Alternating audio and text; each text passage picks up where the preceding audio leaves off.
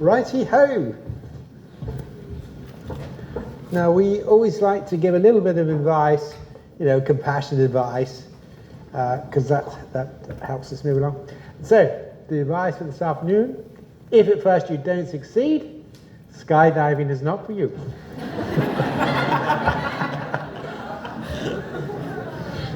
A little story about how we got into this. A couple of stories, really. One was a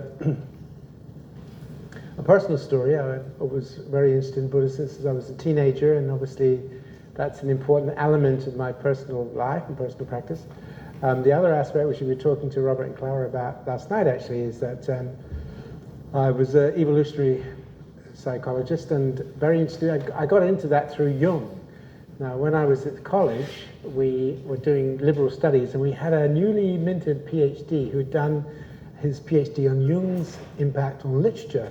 And so he spent a year looking at how archetypes are represented in literature. And that was great. And I thought that was psychology, you see. We're going to look at all these archetypal forms. But it wasn't. But I stayed very interested in the concepts of the evolved form of mind, evolved forms of mind. And later on, I did get to work in a day hospital based on Jungian lines. I'd spent 4 years learning Jungian stuff. So that's part of my way in which I think about social mentalities, is they're evolved systems. We'll have a look at that in a moment.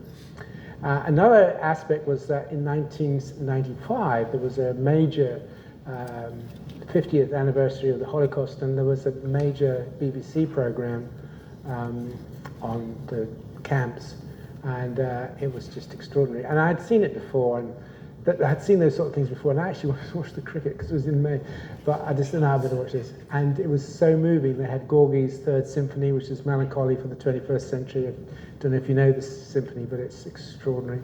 And it was just all the letters that had been stuffed into mattresses of mothers writing to their children. So, I mean, I won't go into it because it was... So I basically cried for an hour, and I was never the same.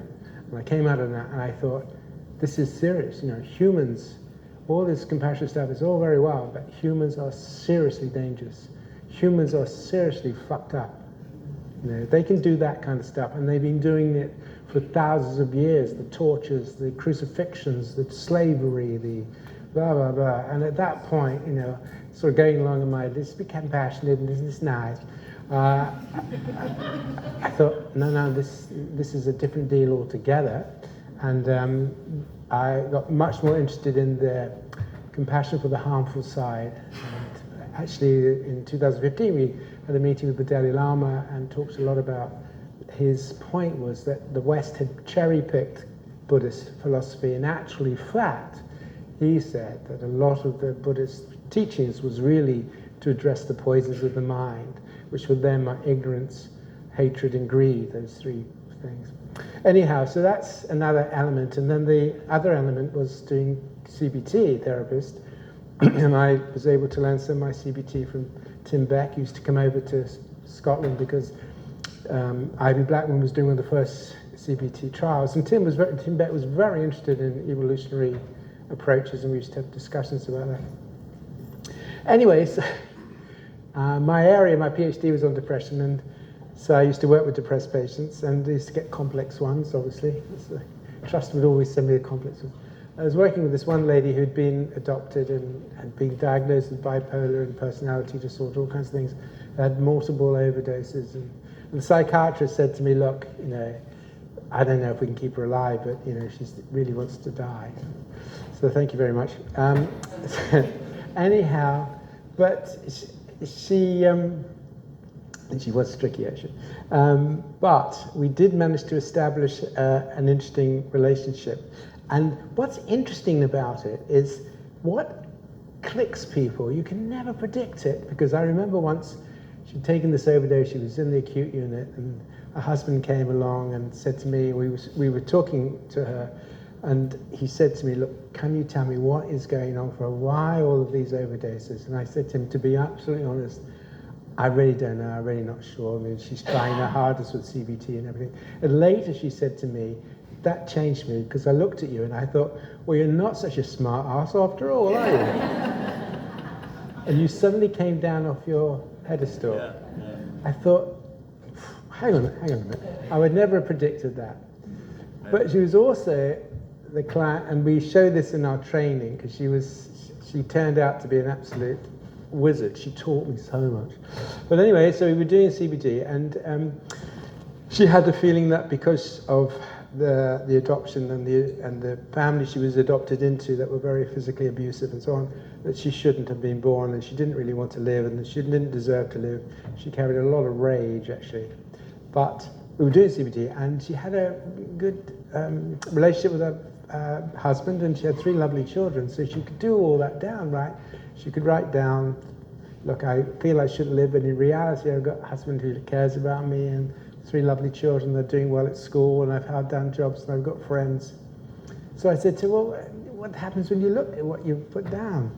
She says, well, it's true, but it doesn't do anything. I said, oh, okay. What am I going to do? So I said, well, how does it feel when you look at those words? I mean, how do you say them in your mind? She says, what do you mean? I said, speak them out as you say them. She said, really? I said, yeah. And she said, come on, you're doing CBT, aren't you? Yeah, got a husband who loves you, you got 3 lovely children, you've held down a job. Look at the evidence! I'm not joking. She said, I know I've got to make myself believe this. I know it's true, I've just got to push it. Because that's what her mother would do to her, of course. She would take a hairbrush, I'm going to teach you a lesson. If you're going to learn this lesson, I'm going to make myself believe this. So I was a bit shocked by that, and I said, oh dear. Well, I'll tell you what about if we have a gentle voice, and we really focus on the fact your depression has been so painful to you, and you've been so much pain that you wanted to die, and that in itself has been very distressing for you because you felt very guilty about leaving your children, blah, blah, blah, blah. So we went into all that. So let's just create a genuinely compassionate intention and a compassionate voice. Now, if you come on the training, you'll see what she says. She says, are you joking? I'm not doing, that's ridiculous. That's absolutely stupid. Why would I want to do that? That's not going to help me. I've never been kind to myself, and I don't intend to be kind in this bloody therapy. She actually says it on the video, you can see it. So that was the first shot was really the hostility that people have, even when they're trying to be helpful, even when they're coming up with positive ideas or useful challenges or whatever. Actually, if you don't check the emotional tone, they can say all the right things and think all the right things, but the tone and creating a gentle, kind, emotional tone turned out to be quite difficult. And when she did create it, oh my God, did the floodgates open. And that was the third shock, of recognizing that when people start, particularly traumatized people, they start to do compassion, they don't go, oh, isn't this great, I'm going to be kind to myself. They don't do that.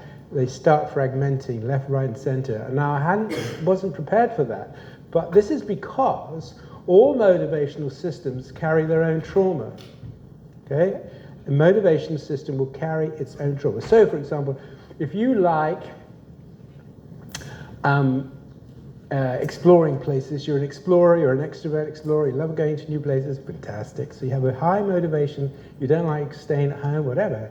And then one year you go out and you're exploring and you have a very bad accident, or you get very sick, or you get beaten up or something very traumatic happens to you. What do you think is going to happen the next time you're at home and you see an advert for holidays or travel? What's going to come back to you? Well, the first thing that will come back to you will be the trauma. Then you might overround it and say, oh yeah, but I've also had good times or whatever. But trauma tends to have priority in a trigger. So what happens is you start triggering the attachment system, the care system, and what happens is the trauma in that system. So they start to experience the loneliness. It's often one of the things that happens. Or they'll experience rage, or they'll experience fear. Okay? So one of the things they sometimes say, I don't know why. I'm trying to do this compassionate way. I don't know, this idea of, someone being kind to me, whatever. Oh, no, I don't want to do it. No, because last time somebody was kind to you, they abused you. Right? So helping clients understand that the FBRs, and I was just talking to Robert about this, that is the therapy. The therapy isn't just teaching people compassion. The therapy is understanding that in those systems of care, in the care systems, often carry a lot of trauma, a lot of fear, a lot of anger, a lot of grief, and you have to kind of clean up or detoxify the care system in order for them to use it. And that took quite a while. And if you come on our training, you'll see the video and what happened. Now, one of the ways you do that is called empathic bridging. Now, empathic bridging is really an important technique in CFT. So what would happen would be things like, because she was totally dissociated from grief, she just could not do grief. And she talks about, on the video, she talks about how when her father died, and she was quite close to him, but he was a rather withdrawn, shy sort of guy. She didn't feel anything. It was, she couldn't understand all the people crying at the funeral. What's the point? He's dead, She was very blocked, and she couldn't cry. She didn't cry for herself. So she would tell me stories like, Mum used to hit me and then send me to my room, and I'd be there all night, and sometimes wasn't allowed to eat or whatever. And I'd say things to her, gosh, that must have been so frightening for you. You must have felt so alone. She'd say, yeah, I suppose I did, really, but you just had to get on with it. Okay? No emotional memory. What Freud would call decathected memory. Memory without emotion. No, completely cut off from the emotion.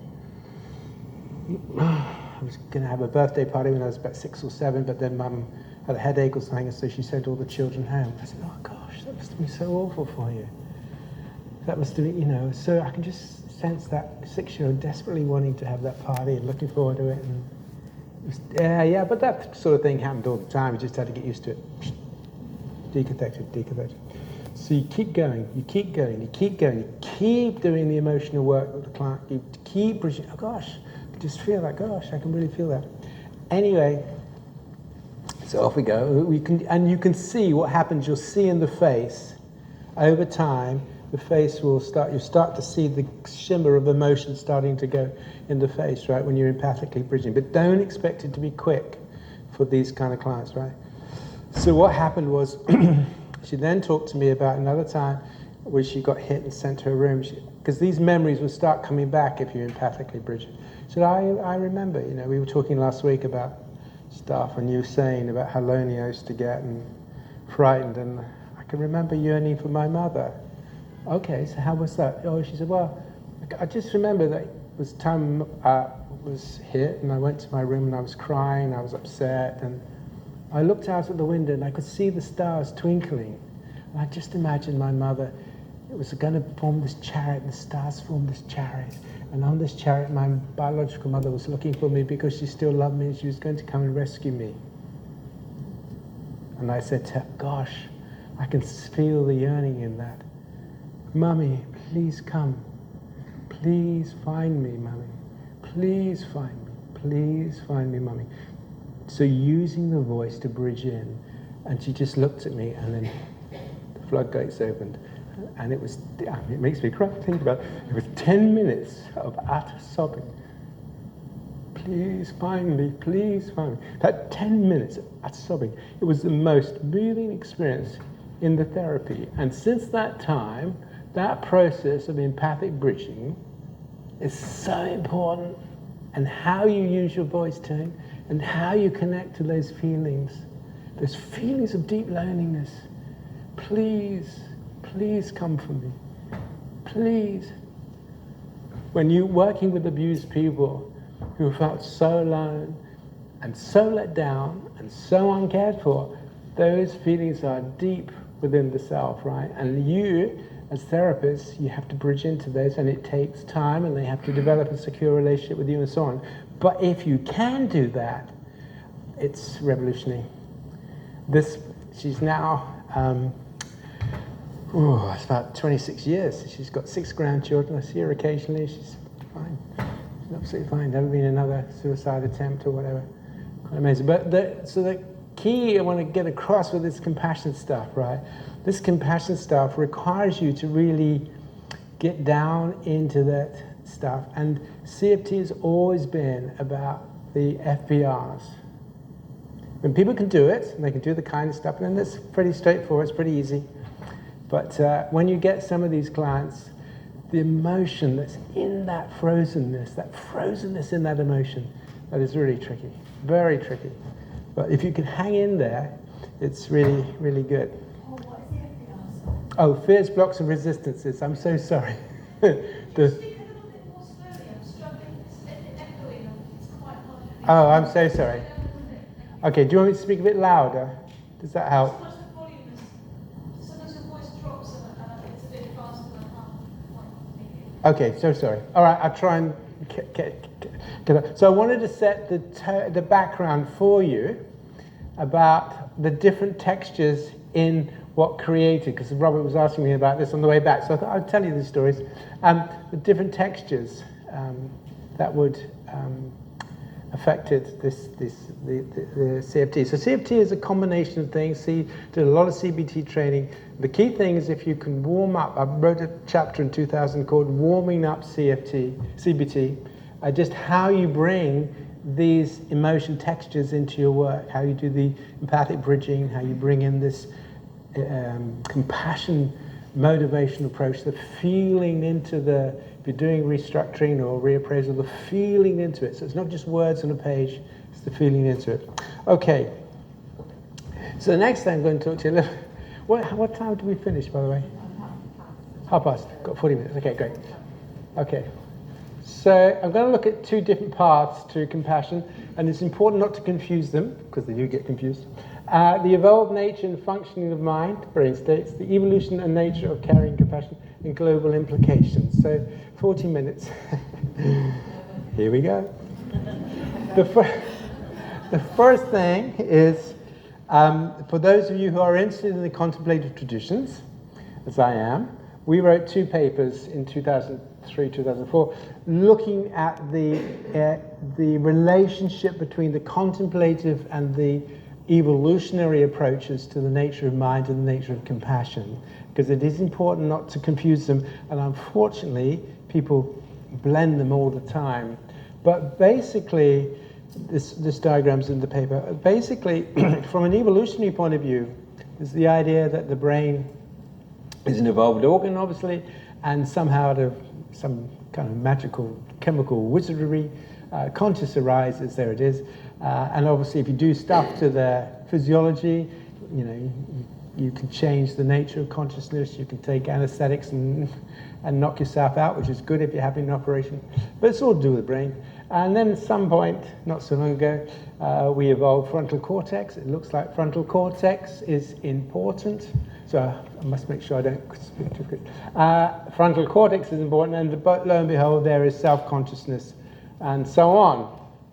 Now, from the Buddhist traditions, contemplative traditions, it's completely the other way around. In the contemplative traditions, consciousness is the ground of all being. Consciousness is a form of an energy field, and as you know, energy can't be destroyed or whatever, all that stuff. It's an energy field, and out of the energy field comes subatomic particles, atoms, molecules, because all of them at root are simply packages of energy. That's what physicists are telling us now. And they create patterns between themselves. So atoms form molecules, molecules form patterns, and those patterns create planets or snakes or elephants or you and me. It's all about the pattern of the energy patterns from the smallest to the biggest, right? And so the idea is that you can use your mind, your subconscious mind, to be able to sit with the contents of your mind so that you can begin to experience pure consciousness. Okay? And allowing yourself to experience pure consciousness, or what's sometimes called non-duality, gives you a different insight, a different experience of being. Now, Siddhartha, who was the Buddha, spent a long time in various meditative practices trying to work out how to deal with the suffering of life. Now, very quickly, the story of the Buddha is very interesting, because for those of you who don't know, he was actually born as a very wealthy prince. And his father was a conqueror, he's this big warlord. And at his birth, the soothsayer said, your son will be a world leader, but not a conqueror. He will be a spiritual leader. And his father said, oh, no, he won't. I'm going to put him in a golden palace. He's going to spend all of his life with as much luxury as he wants. And he'll never see suffering. He'll never want to be a spiritual leader. He's going to be a conqueror like me. So there we are. Now, at some point, Siddhartha had all the wine, women, and song he wanted, but he thought, well, yeah, but there must be something else. And he noticed that his attendants came and went, and he said to one of his attendants, where do you go? You know, is there anything beyond the golden walls? And the attendant said, well, I'm not sure I can tell you that. Sorry, I'm not sure I can say. But anyway, he persuaded him to take him out. Now, if those of you are interested in archetypal stories, the attendant is a very important archetype. The attendant is the one that takes the risk to become enlightened. So he took the risk, because he would have, you know, if it was discovered, he'd be killed. So he took Siddhartha out, and on the way out, down into the village, Siddhartha first sees somebody who's very sick, and he says to the attendant, what's happened to this person? And the attendant says, oh, this is sickness, Siddhartha. Every living thing is vulnerable to sickness. And Siddhartha said, what are you talking about? Even me? Even you. And he was devastated. Then he saw somebody very old, and Siddhartha said, well, what's happened to this person? Because he'd never seen anybody very old. And the attendant said, this is aging, this is decay. All living things decay. And Siddhartha said, wait, hang on a minute. Even me? Even you, Siddhartha, you will one day decay and be as this person. And then the third thing he saw was a dead person. And Siddhartha said, what's happened to him or her? And the attendant said, I'm afraid he's dead. He's dead? It's like Monty Python. He's dead? Anyway, so the point was just, but there are different versions to this story, but basically the story is that in reality he was in a high stage of trauma because this was he'd suddenly woken up to the realities of the suffering of life, that the Golden Palace was a complete and utter illusion. Now, part of this story is a story about us. We live in our golden palaces to deny the reality of suffering. That's what we're doing all the time. We're constantly thinking more gold, more wine, more joy, more wealth, more women, more song, in my case, like Paul Gilbert. And that's taken us nowhere. So Siddhartha realized that this was just, he'd been living this illusion, and the reality of life was suffering. Now this is kind of important because I was talking to a colleague the other day who was doing a lot of Buddhist writing, and I said that the Buddha came to really feel quite bad about biological. He didn't like biological life. He became an ascetic, and in those days the ascetics believed the same as the Cathars, that a lot of the problems are to do with the desires of the flesh, and therefore they don't eat very much, and you know they're like Jains. They don't pursue biological desires and act out biological desires and so on. So that was him, and he spent a long time meditating about the nature of suffering and how do you deal with this terrible suffering and what does it all be? You know, all the questions that we're going to ask on a Sunday morning, really. What's the point of it all? And then when he was very emaciated actually, and quite weak, he decided that he would just sit and do mindfulness under the tree. And said, I'm not going to leave this place until I've actually understood what the mind is about. What is this about? And of course, at that point, he had this breakthrough experience of what is called non-duality. So settling the mind led to the breakthrough into a totally domain of experience, now referred to as non-duality, or a form of self-transcendence, which is the dissolving of the illusions of the separate self, which now we see as the dissolving of the biological mind. Okay, which I'll talk to you in a moment about the desires and all of that. And that consciousness is the ground of all being, and our true nature is consciousness. Now, when Buddhists talk about our true nature, our true nature is love and compassion, they're not talking about the oxytocin receptor. Okay? Now, this is important because when they talk about it, it's a very different state of mind altogether to what when we talk about love, we normally mean. That's why you've got to be careful with your words. So when self-transcendence is part of the experience, this is what people say. And, oops, that's William James. I felt myself as one with the grass, the trees, the birds' instincts, everything in nature. I exulted in the mere fact of existence, of being part of it all. I knew so well the satisfactions of losing the self and the perception of supreme love and power and love. Now this is a key, right? The losing the sense of the self, right? This experience of expanded consciousness. And then Alan Watts says, I had this boundary to my physical body. And if you haven't seen it, Jill Taylor's TED Talk is well worth watching. She had a stroke on the left side of the brain, and she lost the ability to have a sense of self or to think and language, but she had this amazing experience of being part of energy fields, energy all around her. It's really very interesting. And she's gone on to talk a lot about this nature of consciousness. Now this is important because these elements of consciousness and compassion are the processes by which you develop them and bring mindfulness to them. Are very different from the ways in which we bring mindfulness to the nature of the mind and how we deal with our emotions and all that. They overlap, but they are somewhat different. So some atomic particles build atoms, blah, blah, blah. I've said all that. Brains are built to process information that will enable organisms to survive and reproduce, not to perceive reality. Now, this book by Donald Hoffman, who's a very famous psychologist and consciousness researcher, he's in California. It's really quite a profound book, and he's got some really excellent YouTubes. We have brains that are designed, that are highly linked into what we need in order to survive and reproduce. That's what our brain is designed to do, right? It's not designed to help us understand the different dimensions of reality at all. And it's creating your reality. So what color are tomatoes? Are they red? No, they're not. Red does not exist outside of your brain. What happens is your retina picks up light frequencies and sends down signals down your optic nerve. They're chemical translated signals. There is no tomato going down to your front occipital cortex. There's no light in the brain. There's no pictures. It's just a series of chemical clicks going down your occipital. Your brain creates the experience of red tomato. It's a creation.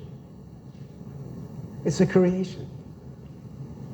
The red is not out there, it's created. What is the sound of a tree falling in the wood? It doesn't make any sound. It creates changes in air pressure. You need a brain to pick up those changes in air pressure that will change it into an experience of sound. That's the amazing thing about the brain, right? How do we explain the creation of experience from these inputs, information inputs? You're creating it, right? How do you explain the taste of chocolate or salt or the color? What about synesthesia? When you can see sounds and hear colors because you're wiring this. The brain is creating, Okay, very important. Before humans, there was no sound of a violin. We created it. There was no Mozart. We created it. There was no taste of pizzas. We created it. The human brain creates experiences in the domain of consciousness. So that's really kind of important. So the Buddha said, with our thoughts, we create the world. That's it. We do. We are creating realities according to what's going on, how the circuits are firing off in our brain. We don't quite understand the link between what the brain does and consciousness. That's a really tricky thing. But one of the ways of thinking about it is that here's your brain, and actually we're creating experiences in the energy fields of consciousness. That's one way of thinking about it. And one of the things of the questions that are now being asked is, do you receive information from consciousness? Are you receiving wisdom and compassion from the universe? Or are you creating it and putting it into the fields of consciousness? Now that's a biggie. That has huge implications for how we think about our meditations, how we think about what we're doing, because I'm one of those individuals who, on the balance of the evidence, and there is a big if about this, but I think brains create experience in the domain of consciousness. And if that's the case, We got to be very careful what we're creating, because if we keep creating hatred, that's what's going to be fed into the domains of consciousness. And if we decide, no, we don't want to do that, if we take the body cheetah position that we want to create, may all beings be free of suffering and the cause of suffering, that is what we want to create in consciousness. Be it consciousness within our own minds or consciousness in some higher dimension, that is absolutely crucial. And we begin to recognize that the brain is capable of creating some great stuff, but some terrible stuff. And how do we learn to take responsibility for what these experienced creators are doing? So that's an important dimension. So let's come back now to the study of compassion. Okay, the first thing is to recognize that the process of evolution is harsh. 99% of all species that have ever existed have gone, and that's because your little DNA here, the only thing it's interested in is survival. There's probably been 4 or 5 mass extinctions. You know, people often think of nature as this wonderful nature, Mother Earth. And I don't know why we think about that. You know, nature is very harsh. You know, if you look at the history of the world, it's not been great for life. Actually, it keeps switching it off.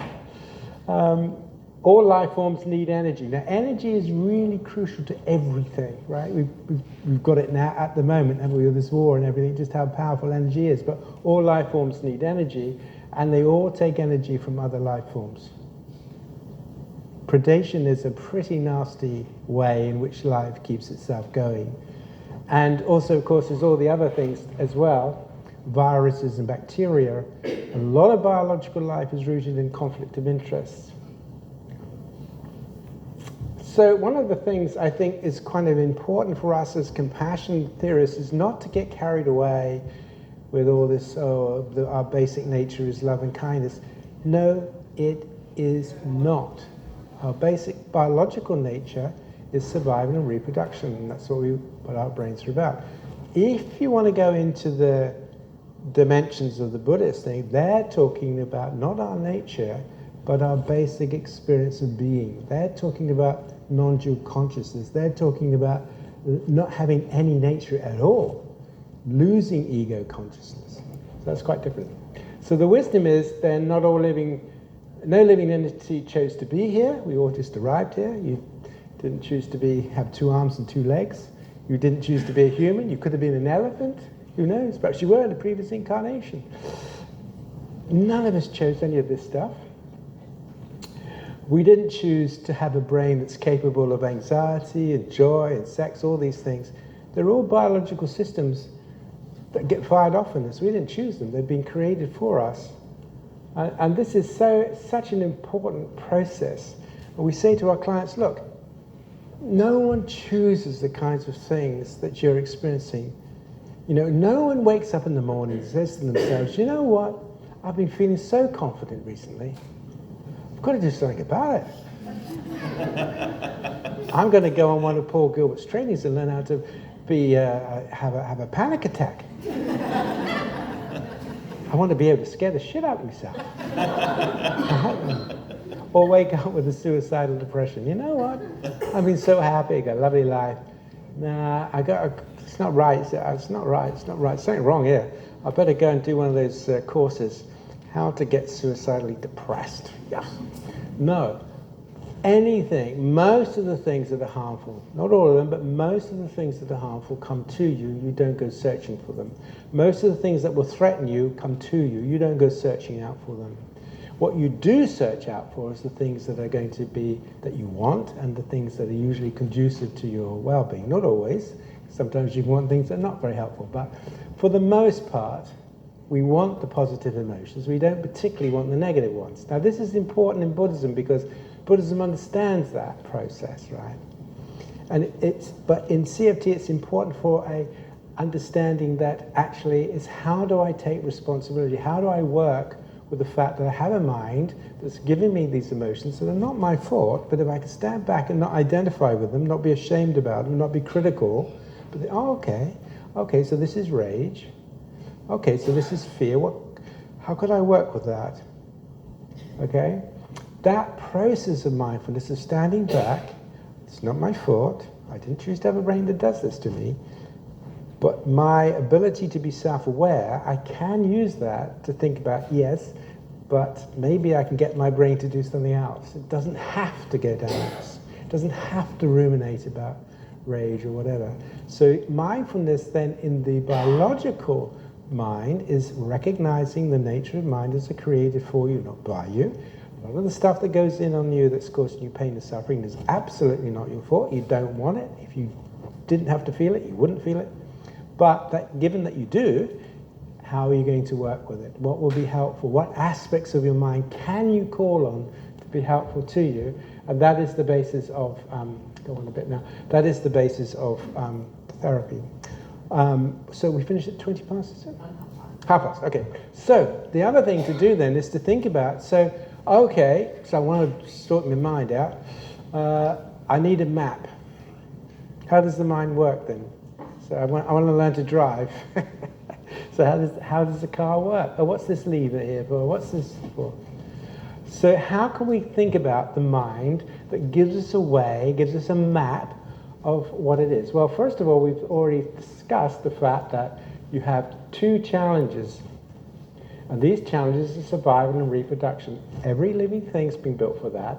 And that gives rise to the three challenges of life, which are to do with protection. All living things need to be built so they can identify threats in their domain of existence and do something about it, basically. And there are a whole series of emotions that will go with that as well, anxiety, anger, and that sort of thing. But basically, animals or systems that cannot identify threats in their domain of existence go out of existence.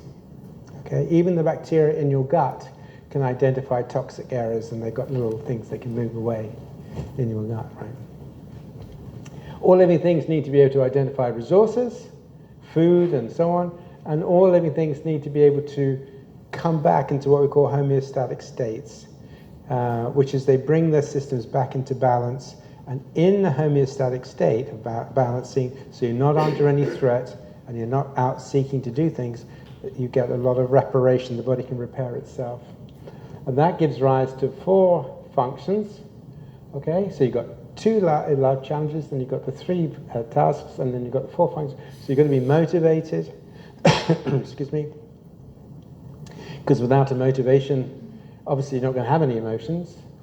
So we use an example. For example, if you don't want to have children, we don't, and you discover you're infertile, that's sort of a bit of a relief. But if you're desperate to have children and you discover you're infertile, it's devastating. So what the emotion is very dependent upon the motive, what you want and what you don't want. And that's why in the Buddhist positions, the issue of grasping what you want and what you don't want is very important, because motives drive your emotions. Then you have competencies,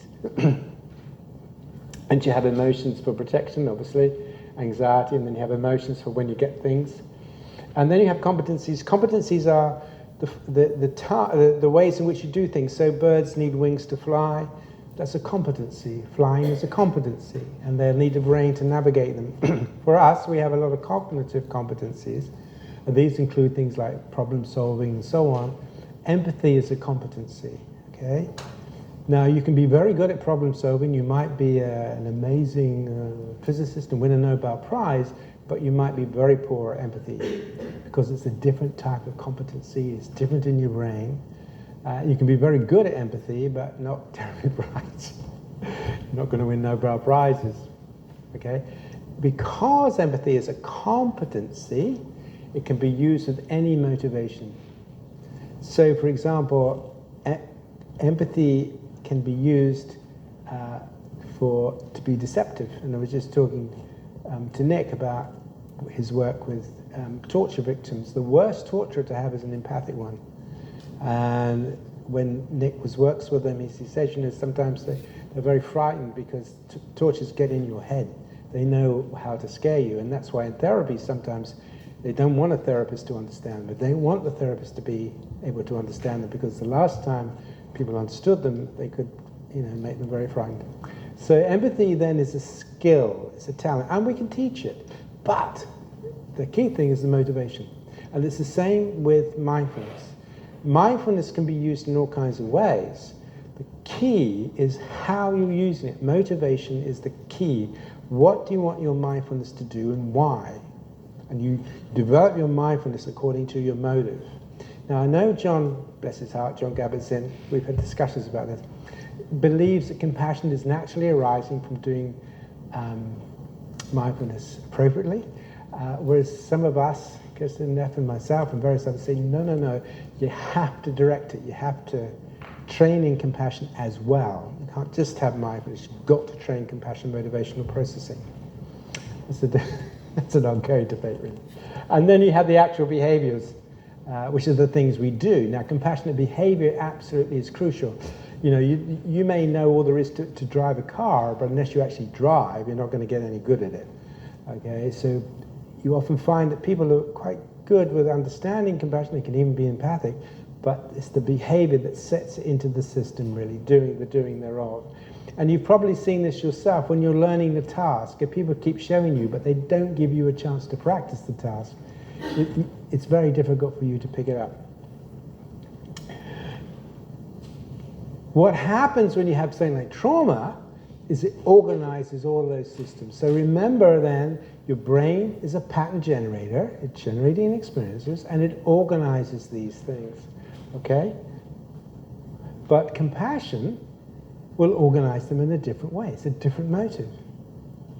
So compassion motivation, compassionate thinking, compassionate emotions, compassionate behavior, all of these things then you can begin to recruit them as a way of producing a compassionate mind.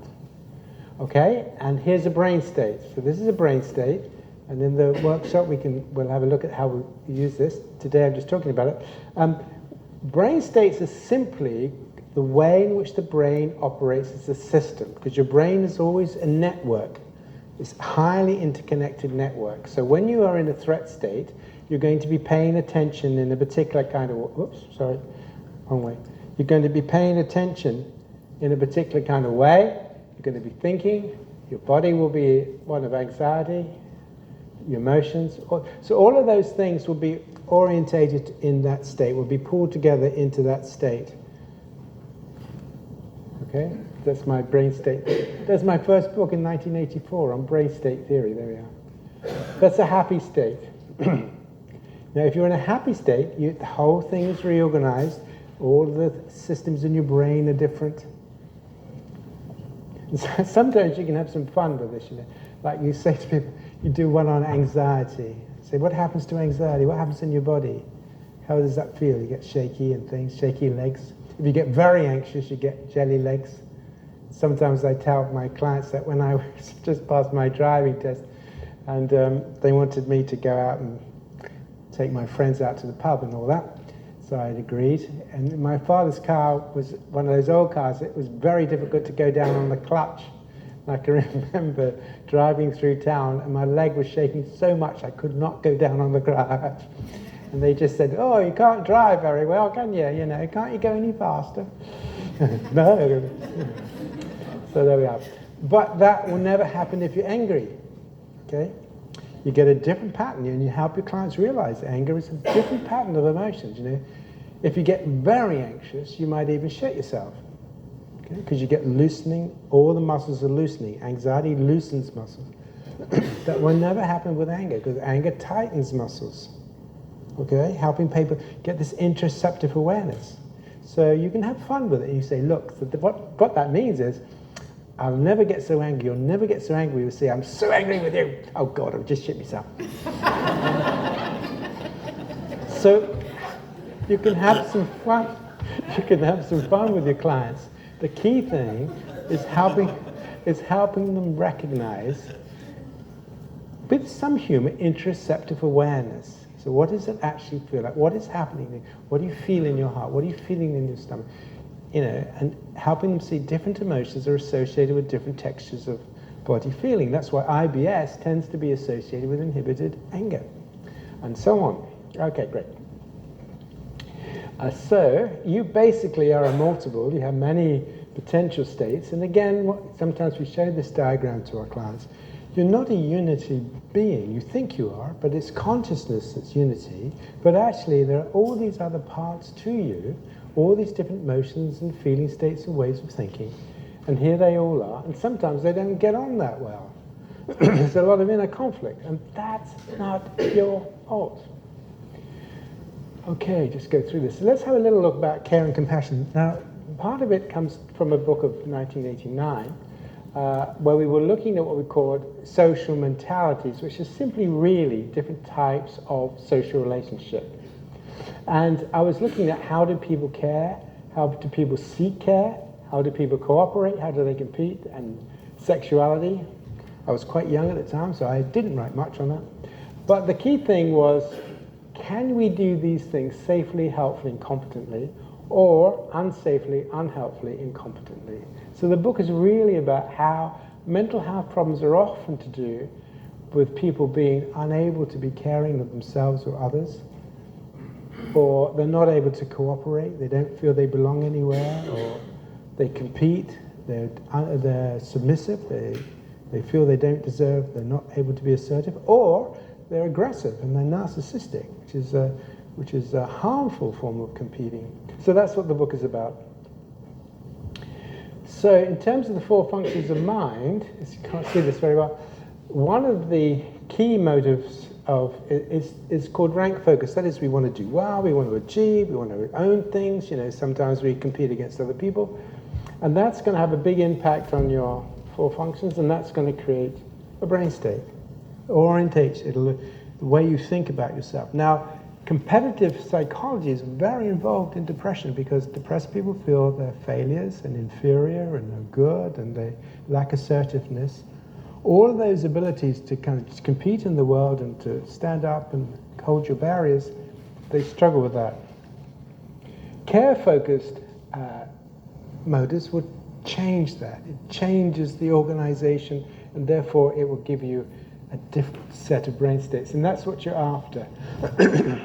This is a paper by Richard Dupuy, and they make this distinction between affiliative-based emotion,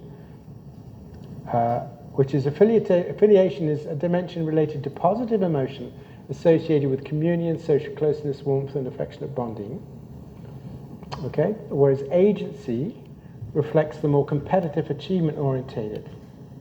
So that was very influential. That's a 2005 paper.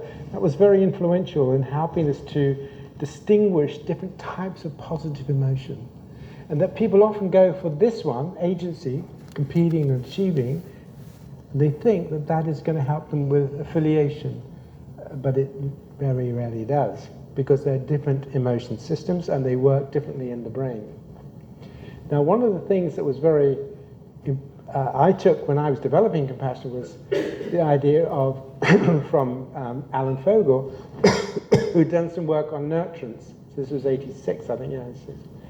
I was very interested in the issue of caring and nurturance, and this book argued that nurturance arises from these different dimensions: awareness of the need, motivation to nurture, expression of nurturous feeling, the choice of object, whether it's to an animal or to a human or to a friend or whoever, and fluid attention. In other words, changing what you do according to whether it's working or not. And I thought, that's terrific. Yes, that makes a lot of sense to me. There's all these different elements to it. I think this is a basis for then thinking about, so compassion will be involved in caring. And so that's how I started thinking about compassion, based on the work of Human Nature and Suffering, that looked at what the psychology of caring was about, and later on integrating some of John Bowlby's stuff and so forth. But that I want to say that because that's where we started. We didn't make this stuff up. And then there have been various other definitions of compassion.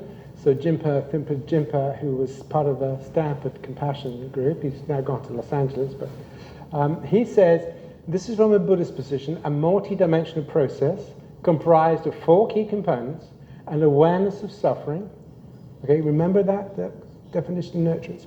Awareness of suffering, excuse me, sympathetic concern related to be emotionally moved by suffering, a wish to see the relief of that suffering, and responsiveness or readiness to do something about it. So that is a step-by-step approach.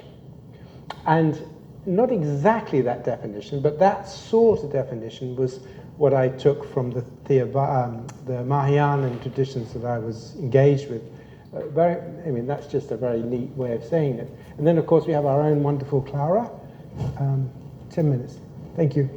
We have our own wonderful Clara, who defined compassion in terms of a series of qualities that they took from a systematic review. And these are really very, very important qualities. And the key issue with these qualities is how do they relate to each other, and how do you train them? So I'm not going to read it all out, because I'm sure you've seen Clara's definition many times before. So these are different definitions, and it's not about one size is better than the other. They're doing different things. This is a paper by Richard Dupuy, and they make this distinction between affiliative-based emotion, which is affiliation is a dimension related to positive emotion associated with communion, social closeness, warmth, and affectionate bonding.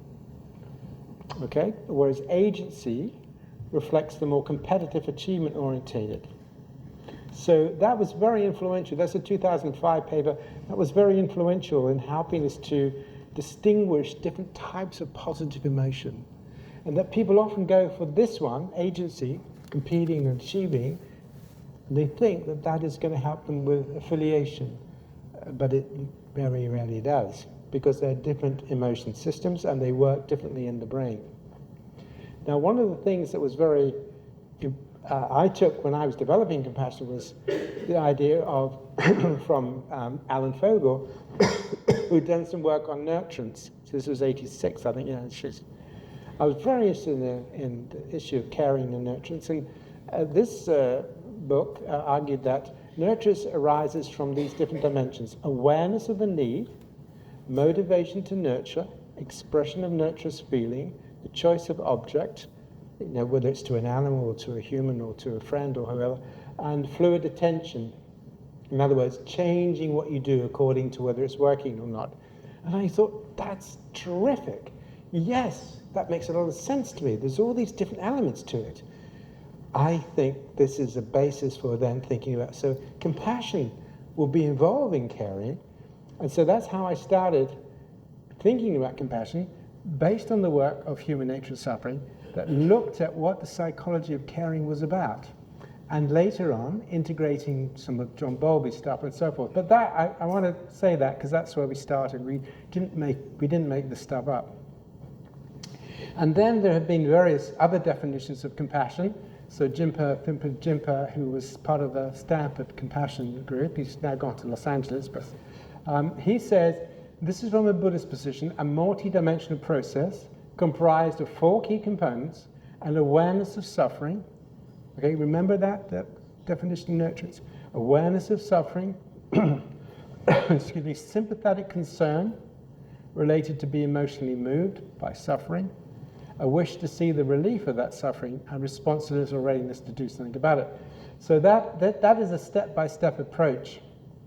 And not exactly that definition, but that sort of definition was what I took from the Mahayana traditions that I was engaged with. That's just a very neat way of saying it. And then, of course, we have our own wonderful Clara. 10 minutes. Thank you. We have our own wonderful Clara, who defined compassion in terms of a series of qualities that they took from a systematic review. And these are really very, very important qualities. And the key issue with these qualities is how do they relate to each other, and how do you train them? So I'm not going to read it all out, because I'm sure you've seen Clara's definition many times before. So these are different definitions, and it's not about one size is better than the other. They're doing different things. Now, from our point of view, we're very interested in the fact that we're interested in the evolution of caring and the evolution of nurturance. And what we know is, from an evolutionary point of view, we have human needs, right? We are basically born into a world where we do not survive without the care and love of others. And that has fundamental impacts on the kind of brains we've got. We now know there are lots of different ways in which we have evolved our interest in caring for each other. This is just a few of them here. Lots of different pathways, which I won't go into. But the consequence of this is that we now know quite a lot about the evolution of the social brain. And what we know is that if you are experiencing affiliative, caring, and compassionate relationships at the group level, at your friend level, and also intimate level, this is really good for your body and for your brain. Okay, it's very good for your oxytocin, endorphins, all that stuff. Wonderful, wonderful. And that's why, although we like polyvagal theory to a degree, the point about it is you can't really over-focus on one thing. It's all about understanding the pattern. Everything in CFT is all about pattern, pattern, pattern, from the smallest subatomic particle all the way up to how brains work. It's pattern. The pattern is the interactions between different processes. And that's really important. So, for example, take your sympathetic nervous system. Okay? Your sympathetic nervous system is not just a fight-flight. Your sympathetic nervous system is very important in joy and excitement. If you're in love and you're going to see somebody you love tonight, your heart rate's going to be up. But it'll be associated with a joyful emotion. Okay? When you have an orgasm, you have cortisol. You release cortisol. And that's really good. If you're releasing cortisol when you're running away from a lion, or if you are being abused at home, that's very bad. That now becomes a neurotoxin. Okay? Testosterone is now known to be linked to status seeking, particularly in men. It used to be linked to aggression. We now know it's not. A lot depends upon the context. In the context where status is earned from altruism, these guys become very altruistic. Where status is earned through competing and outdoing other people, that's what happens. So culture has a big impact on how testosterone operates in male competitive behavior. So this is very important.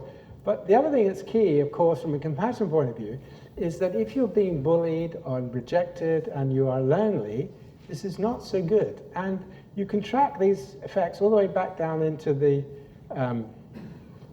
epigenetics level. So when we're talking about all the stuff that we're talking about, and this is the other one I should show you, and when you are supportive and understanding of yourself, you develop friendly voice, you develop those things, you will be stimulating positive patterns in your body and in your brain. Whereas if you're bullying yourself, you're shame-prone and you're critical and you're harsh and you put yourself down, that's not good for your body or your brain. The key thing that we're trying to get across here is compassion science is now well and truly on the road of understanding these processes. You know, when we talk about developing compassion, blah, blah, blah, we're not talking about some floozy, lovely thing, isn't it nice to be kind? No, no, no, we're not talking about that. We're talking deep into the way the human brain has evolved and how it functions best. Because what we know is when people are in these states of mind, when they feel safe, and they feel others around them are going to care for them and be compassionate to them, their frontal cortex works better, their ability to be creative works better, and their tendency to be harmful is reduced. This is hard science, right? This is really important. 5 minutes. Thank you so much. Okay. The only thing I would say is oxytocin is a tricky little chappy because it is linked to caring behavior, but if you have strong oxytocin for in-group bonding, you can also have strong aggression to out-group threat. Okay, so oxytocin is a tricky one. Okay, so I'm going to just do a couple of things now. Yeah, so a little bit on what compassion is. Compassion is this process of being sensitive. We have a biological approach, so it's an algorithm, which means there's an identification of sensitivity, so sensitivity, what it is, and also then the response. And it is important for us to distinguish the competencies that go with the, just go through this, the competencies that go with being sensitive to pain, and the competencies that go with action. And Carla has been talking a lot about the importance of the response function. They're different brain systems, okay? I'm not going to go into that paper now, but they are different brain systems. So some studies have done showing people videos of distress and then showing them videos of the same distress, but asking them, so what would you do? What could be done to help those people? And there's different systems light up in the brain. It's very, very important. And another piece of work, go through this quite quickly, I'm so sorry, but I'm going to touch on it a little bit this afternoon in the workshop. The development of the compassion engagement scale. So we developed these scales that measured sensitivity and engagement and also response function. You can't really see this very well here, but this was on the self-compassion scale. So the self-compassion scale had, I notice and I'm sensitive to my distress feelings. I am emotionally moved by my distress feelings. Those were two elements that we thought, yep, that captures the distress sensitivity, that's great.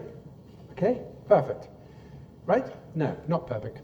Because what we found was that they tended to come out as a separate factor. Now, we've thought long and hard about this when people use the scale, whether they use the scale with these items in or out. We, at the moment, kept the items in because they are part of our definition, and sensitivity is an important element. But look what happens.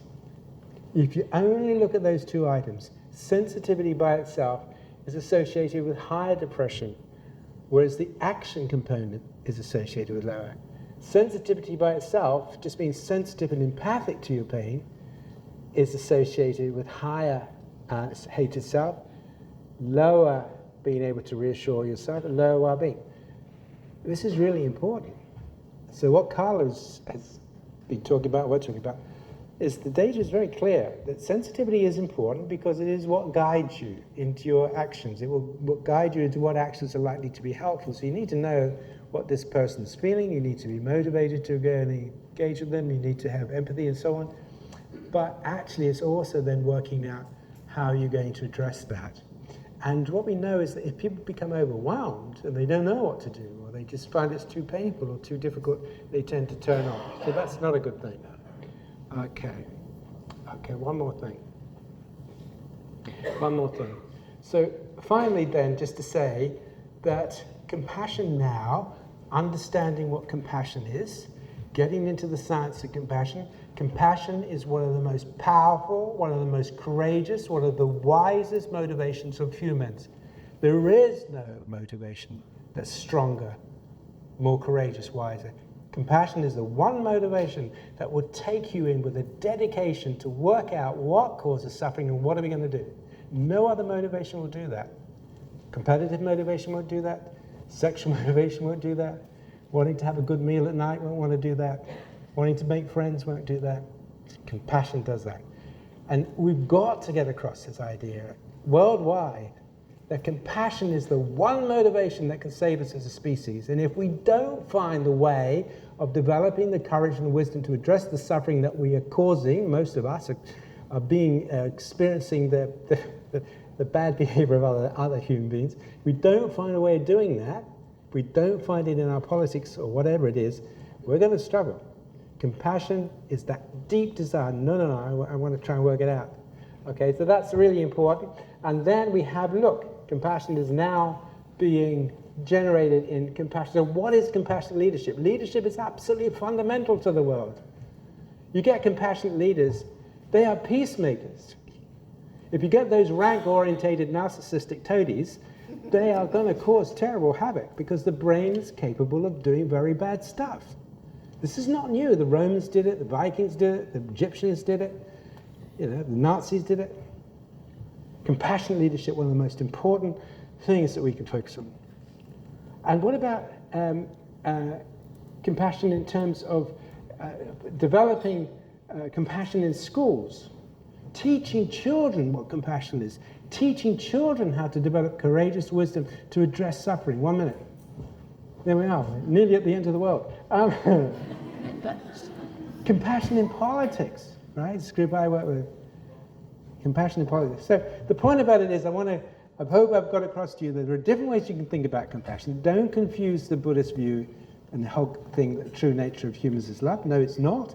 It is if you want to go into their non-duality, but that's a very different mindfulness training, which, I've done some of that, which is great, but that's different.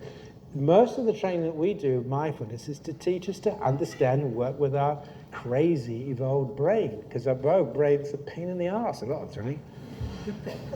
And if we can learn how to generate the helpfulness and be just very aware we have a potential to be very harmful, that's not our fault, it's not our fault. I didn't build it like that, it's not me. But I've got to pay attention to, if some of my thoughts and my emotions can be harmful to myself and others. That's the way to go. So the science of compassion is growing. It is the most important of all human activities, is to promote compassion. And that's why this audience and you and Carla and Robert and all of you are doing such a wonderful job. That's what we need for the world. Thank you. Thank you.